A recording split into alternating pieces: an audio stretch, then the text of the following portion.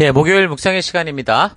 성도는 자기 경건을 따라 사는 자가 아니라 하나님의 뜻대로 사는 자다. 성도는 자기 경건을 따라 사는 자가 아니라 하나님의 뜻대로 사는 자다. 이런 제목으로 우리 하나님 말씀 또 함께 살피겠습니다. 자, 어제 우리는 출애굽을 한 이스라엘 백성들이 드디어 이제 시내산에 도착하게 되고 바로 그곳에서 하나님이 그 백성들을 언약으로 초대하시는 그 의미를 생각해 보기 시작했습니다. 그러니까 언약으로 초대하시는 그분이 누구신가를 바르게 아는 건 너무 중요한데 하나님은 스스로를 세계를 지으신 분이다라고 소개하시면서 하나님께서 이 온 우주 만물과 인간을 창조하신 창조의 하나님 되신다라는 걸 이 말씀을 통해 그 선포하시는 말씀을 통해 우리 여러 가지 생각해 봤죠. 그 사람들이 하나님을 어떻게 생각하느냐에 따라서 저들의 신앙의 길이 이제 우상의 길이 될 수도 있고요. 참된 믿음의 길이 될 수 있다. 아주 굉장히 중요한 거라는 걸 생각해 봤습니다. 그래서 우리는 내가 기대하고 바라는 신이 아니라 나를 창조하시고 만드신 하나님이 누구신지를 바르게 알 필요가 있다고 그랬죠. 하나님은 그래서 그 백성들에게 당신이 누구신가를 바르게 계시하여 알게 하시면서 당신의 뜻을 알리시는 거예요. 그 얘기를 우리가 살펴보는 거죠. 계속해서 살펴보면 19장 5절 세계가 다 내가 속했나니 이제 너희가 내 말을 듣고 어제 우리가 세계가 다 내게 속했다라는 말을 묵상했고요. 자, 오늘 이제 너희가 내 말을 잘 듣고라고 말합니다. 여기서 너희는 누구죠 지금? 그 언약을 맺는 그 언약을 맺고자 하는 그 백성. 그러니까 출애굽한 이스라엘 백성들을 말하는데 어떤 백성이 출애굽한 이스라엘 백성들입니까? 만약에 하나님께서 모세를 보내서 그때 건져내지 않고 애굽에서 이끌어내지 않았다면 어떻게 되는 거예요? 불과 그 땅에서 50년도 안 되는 세월 속에 그냥 다 없어질, 이 지구상에서 사라질 뻔했던 그런 백성들. 그게 너희라는 거죠. 그러니까 영원히 죽음의 지옥으로 갈 수밖에 없었던 그 대상자. 바로 너희. 그러니까 그 이스라엘 족속들이 그런 족속이고 또한 그게 우리가 될 수 있는 거예요. 이집트 백성들이 지금 어떻게 했어요? 그 산에 아이만 나면 나일강에 다 집어 던져 죽였지 않습니까? 그렇게 하나님과 관계가 단절된 모든 사람들의 삶이 어떻게 된다라는 거예요? 다 지옥으로 갈 운명이었다 그 말인 거예요. 근데 하나님께서 그 죽음의 길에서 그 죽음의 지경에서 불러낸 그 백성들이 누구예요? 하나님이 지금 언약을 맺으시고자 초대하시는 그 백성들이다라는 거. 언약의 대상. 그 너희라는 말을 분명히 이렇게 말하는 거예요. 그런 부름을 받은 이들이 세계의 주인이신 하나님과 언약을 맺고 행할 약속이 뭐라고 말하는 거예요? 하나님의 말씀에 귀를 기울이라 하는 거예요. 말을 잘 듣는다는 거. 이거는 하나님의 말씀을 어떻게 해요? 네 생각대로 오해하지 말아라 그 말이죠. 자기 마음대로 이해하지 말고 지금 이것을 전하는 창조주의 뜻, 하나님의 그 마음의 진심, 의도를 온전히 알 수 있도록 들어라 그 말을 하는 겁니다. 그래서 내 인생을 하나님의 뜻대로 살겠다고 결단한 성도들 모두에게 가장 중요한 일은 뭐예요? 교회와 삶을 통해 그 어떤 것보다 뭘 해야 돼요? 이 하나님의 말씀을 듣는 거예요. 하나님의 뜻을 바르게 알아듣는 거. 이게 정말 중요한 일인 거예요.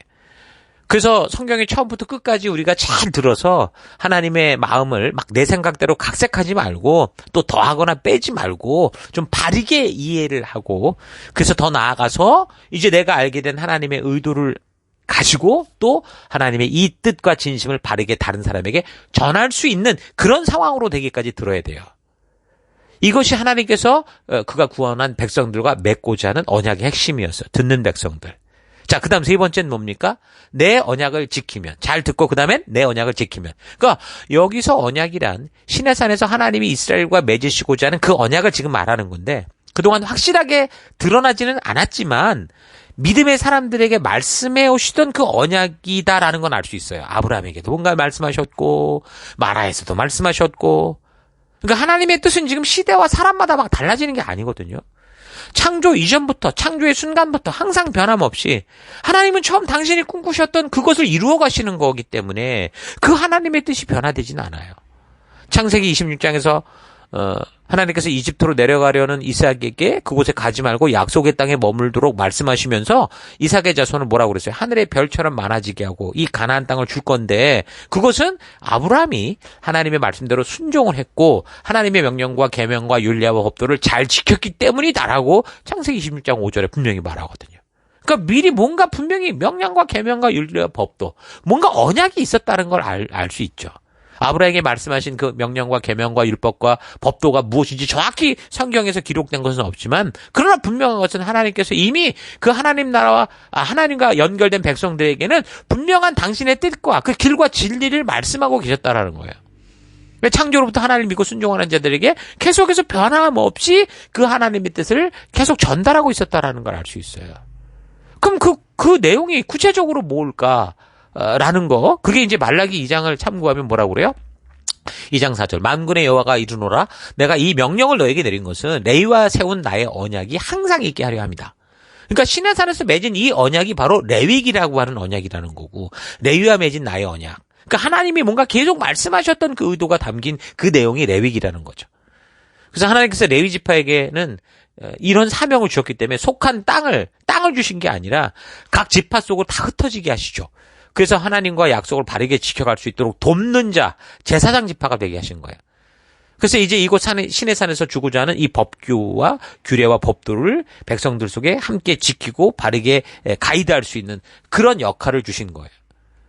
그래서 그 12지파의 구성을 보면 야곱의 아들들로 다 구성된 게 아니라 야곱의 손자가 껴들어요. 왜요? 레위가 빠져버렸고 레위 대신에 이제 요셉이 있어야 돼. 요셉 지파라는 없죠. 왜냐하면 요셉의 아들들이 껴서 그래요. 므낫세와 에브라임. 그러니까 어떤 면에서 그 보통 장남은 2배의 이 재산을 분깃을 받게 돼 있는데 그렇게 보면 요셉이 장자권을 가진 거나 마찬가지죠. 그 아들 둘이 지금 12형제 속으로 들어와서 한 지파씩 차지하게 되니까. 그래서 12지파가 된 거거든요. 이 언약, 이 시내산 언약, 레위기 언약은 그럼 어떤 언약이냐? 2장 5절, 말라기 2장 5절을 보면 레위와 세운 나의 언약은 생명과 평강의 언약이다 이렇게 말합니다. 그러니까 이걸 준 이유는 또 뭐라고 그러냐면 경외케 하려 합니다라고 말씀하세요. 그러니까 생명과 평강을 주는 언약이고 이 언약을 주신 이유는 하나님을 경외할 수 있게 하는 거라는 거예요. 경외하다라는 기본 의미가 일단 두려워한다, 떤다 이런 건데 이건 무서워하는 어떤 무서움에 대한 그러니까 공포에 대한 무서움이 아니고요. 하나님의 존재를 믿고 그분이 누구신지 알기에 그분의 주권과 영광을 인정하는 자기의 그 기쁨으로 말미암는 이 고백인 거죠. 거룩한 두려움. 곧 경건한 공경심을 말하는 거예요. 따라서 경외하다라는 말에는 하나님의 살아계심을 믿기에 좋은 마음, 존경하는 마음, 감격하는 마음으로 삼가 조심하다 이런 의미가 함축되어 있는 거죠. 다시 말해서 하나님을 자신의 목적을 위해 쓰는 내가 만든 무슨 수호신처럼 취급하는 게 아니라 하나님의 존재를 믿고 그래서 하나님과 사랑의 관계, 인격적 관계가 되게 하는 것. 그게 바로 언약과 율례의 목적이다. 그렇게 말하는 거예요. 그래서 하나님을 경외하게 한다는 것은 먼저 하나님의 살아계심을 믿는다는 거고 하나님을 진심으로 살아가고 인격적으로 존중하고 존경하게 한다라는 뜻인 거죠. 그저 모든 신위의 크신 존재가 아니라 나와 인격적인 교제를 나누시고 인격적 사랑과 신뢰의 관계를 원하시는 그런 분임을 알게 하기 위해서 그런 삶을 살 수 있도록 하기 위해서 바로 이 언약과 규례를 주시는 거예요. 하나님은 지금 그의 백성들에게 규율과 율법을 주는 게 아니고요. 그런 신뢰의 관계를 맺고자 하는 그 약속을 주시는 거예요. 그것도 강제적인 게 아니잖아요. 지금 모세를 통해 어떻게 하세요?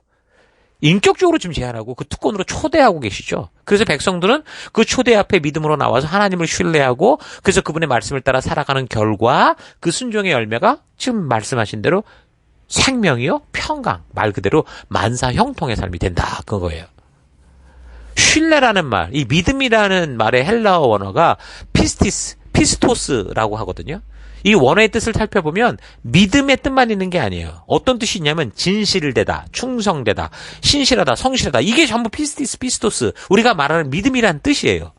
그래서 단지 믿는다라고만 가지고는 이 원어 의미의 믿음을 바르게 이해하지 못하는 거예요. 진실되고 충성되다라는 의미가 다 포함되어 있어야 돼요. 그러니까 한마디로 믿음은 뭐라는 거예요? 알고만 있는 게 아니라 믿음이다라는 게 아니라 약속에 대해 진실하고 충성되게 잘 지켜가는 상태 이걸 믿음이라고 그러는 거예요. 그래서 교회를 다녀도 하나님과의 약속을 안 지키는 사람 그 약속에 충성되지 않은 사람은 진실로 하나님이 부르신 믿음 안에 거하는 사람이라고 볼 수 없어요. 여러분 인격자는 뭐라고 그랬습니까? 약속이 가능하고 약속을 지킬 수 있는 사람이라고 그랬죠. 인격적 존재란 스스로 약속할 수 있고 그것을 스스로 지켜갈 수 있는 존재가 인격자예요. 그 어떤 존재, 이 땅의 피조물들이요. 하나님과 약속이 되지 않아요. 다만 하나님의 형상을 닮은 인간만, 자유를 지닌 인간만 하나님과의 약속이 가능하고 그것을 지켜갈 수 있는 자유주의가 있는 거예요. 이것도 분명히 동물들도 자유의지가 있어서 마음대로 움직이고 있는데 그 차이예요. 자유의지를 지녔으나 인격자와의 그 차이는, 동물과 인격자의 차이는 바로 이 약속을 지키고 행해갈 수 있는 그 차이라는 거죠. 여러분, 고양이에게 여기 생선 먹으면 안 돼? 뭐 강아지한테 고기 이거 먹으면 안 돼? 그런다고 걔들이 가만히 있습니까? 아주 순한 소 같은 경우 여기 풀 먹으면 안 된다 이런다고 해가지고 안 먹겠어요? 눈만 뽀꼼뽀꼼하면 다 먹어요, 다. 동물들은 인격이 아니기 때문에 약속이 지켜지질 않아요. 그래서 강제적인 조치를 취해요. 코를 뚫고 목에다 줄을 걸고 묶어두고. 그러나 사람은 그런 동물과 다르게 약속이 가능한 인격체예요. 또한 약속을 하면 지킬 수 있는 자유주의를 지닌 인격체로 창조하셨기 때문에 하나님은 사람들을 강제적으로 막 강요해서 하는 게 아니라 말씀을 하세요. 그 약속을 하세요. 초대를 하세요. 언약을 맺으시는 거예요. 그래서 우리는 이 성경을 무슨 책이라고 그럽니까? 약속의 책이라고 그러잖아요. 구약, 신약. 다 약속이라는 거예요. 살아계신 하나님께서 사람과 약속해 주신 책이 바로 성경책이라는 거죠. 그래서 바른 믿음의 소유자는 성경을 통해 하나님께서 무슨 언약을 했는지, 어떤 약속이 있는지, 나와 어떤 약속이 있는지 잘 읽어보고 잘 챙겨보고 그 약속에 기꺼이 동참하고 그것을 어떤 상황과 환경 속에서도 잘 지키려고 스스로 노력하는 사람인 거죠. 그게 바른 믿음의 소유자예요. 하나님은 이런 사람을 신실한 사람이다, 믿음의 사람이다, 충성된 사람이다, 그렇게 말씀하시는 거예요. 그래서 그 언약을 잘 지키려면 어떻게 되는 거예요? 잘 들어야 된다는 거죠. 잘 듣지 않아서 약속이 무엇인지 모르는데 어떻게 그 약속을 신실하게 지키겠습니까? 그러니까 약속도 뭔지 모르니까 그 정성만 마치겠다고 그러다가 우상이 되는 거예요. 그러니까 성경을 바르게 알지 못하는데 신실하게 신앙생활을 한다라는 거, 이건 정말 말이 안 되는 거예요. 그냥 종교성이 강한 사람일 뿐이죠. 그래서 여러분, 성경을 읽고 듣되 내 가슴이 울릴 때까지가 아니라 하나님의 가슴이 내 마음에 담겨질 때까지, 그 새 언약을 하나님 우리 마음에 새기겠다고 그랬거든요. 그래서 그 하나님의 마음과 그 의도와 그 심정이 읽혀질 때까지, 그래서 그 하나님의 진심을 알기에 눈물 흘릴 수밖에 없는 감격이 터져 나올 때까지 우리가 성경을 그렇게 읽어야 된다라는 거 여러분 잊지 마십시오. 자, 여러분의 삶이 지금 하나님의 말씀을 그렇게 바르게 아는 그런 삶을 가지고 살아가고 있는가 좀 되돌아봤으면 좋겠어요. 오늘 하루 나는 정말 하나님의 뜻과 진심을 바르게 알고 있는지 생각해 보기 바랍니다. 하나님의 뜻이 무엇인지도 모르고 그저 나의 열심, 나의 종교성에 따라 신앙생활을 하고 있지 않은가 되돌아볼 수 있기 바랍니다. 주님 뜻대로 살고 싶다고 고백하는 거 중요합니다. 그런데 그 주님의 뜻이 무엇인지도 모르는데 어떻게 주님 뜻대로 살 수 있겠습니까?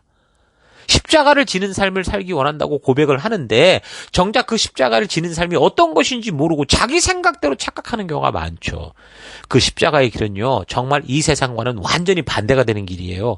세상에 환호를 받는 길이 아니고요, 침뱉음을 당하고 돌이 날아오는 길입니다. 그런 모욕과 위협을 받은 정도가 아니라 정말 비참하고 처참하게 십자가에 달려 죽는 일이라고요. 지금 이스라엘 백성들이 그런 하나님 나라 백성으로의 길로 초대를 받고 있는 거예요. 근데 나중에 역사를 살피면 알겠지만 저들은 이곳에서 기꺼이 약속을 했지만 정작 그 길을 걷기를 원하신 하나님의 진정한 의도를 잘 몰랐던 걸 우리가 알게 될 거예요. 마치 우리가 지금 교회 속에서 하나님의 뜻을 오해하고 착각해서 자신의 뜻대로 살아가듯이 이스라엘 족속들도 이때 하나님이 부르시는 이 하나님 나라 백성으로서 이 길이 얼마나 이 세상에 걷는 부와 명예와 권력과 숭상받는 길과는 다른 길인지 잘 체험하지 못했던 것 같아요. 그래서 우리는 하나님께서 우리를 언약으로 초대하실 때 분명 하나님과 약속이 무엇인지 분명하게, 자세하게, 세밀하게 알 필요가 있습니다. 여기 시내산은 바로 그런 너무도 중요한 하나님 나라 백성답게 사는 기준이 드러나는 곳입니다. 이 기준으로 인해서 이 역사가 축복된 길을 가는지 저주의 길을 가는지가 분별이 되고, 바로 우리가 교회 안에서 생명의 길로 가는지 종교의 길로 가는지가 분별이 되는 거예요. 하나님께서 구원받은 성도 백성들에게 바로 이런 하나님 나라 백성으로서의 삶으로 초대하고 있는 것이 하나님의 첫 번째 우리를 향한 마음이다라는 거 잊지 마시고, 각자가 살아가는 삶의 그 현장에서 자신이 생각하는 자기의 경공과 자기 느낌을 따라 살아가는 게 아니라 오직 하나님의 뜻과 그 가치를 따라 살아가는 거룩하게 구별된 하나님 나라 백성 되기를 주의 이름으로 축원합니다. 자, 오늘 하루도 힘내십시오. 잠시 기도하겠습니다.